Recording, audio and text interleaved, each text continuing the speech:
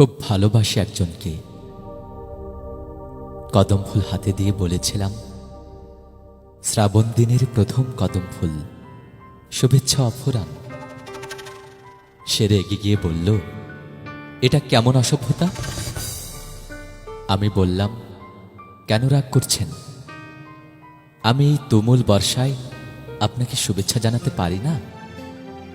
সে বলল, কদম একটি নিম্নমানের ফুল, এটা দিয়ে কোনো প্রেমিক ভালোবাসা জানাবে সেটা অলৌকিক। আমি ভাবতে পারি না। ভালোবাসা জানাতে হয় গোলাপ দিয়ে। আমার সদ্য ফোটা কদমের ব্যর্থ রেণু চোখের জলের সাথে ছিটকে যেন মাটিতে পড়ছিল। তারপর থেকে আজও কতবার ভরা বর্ষায় নীল সাদা প্রজাপতি চোখে মুখে কদমের রেণু মেখে বিচিত্র ঢঙে নেচে গিয়ে আনন্দে উদ্বেল হয়ে দিগন্তে ভেসেছে। আমি দেখেছি কেবল নির্বিকার। বারান্দার টবে ২০ প্রজাতির গোলাপ এবার চাষ করেছি।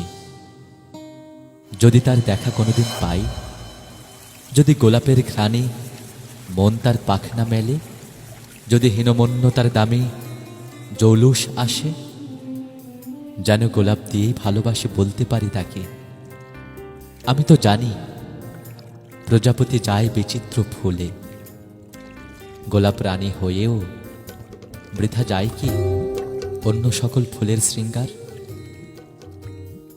কদমের ঘ্রাণ নেই, তবু উন্মাদ লুটেরা মৌচুর।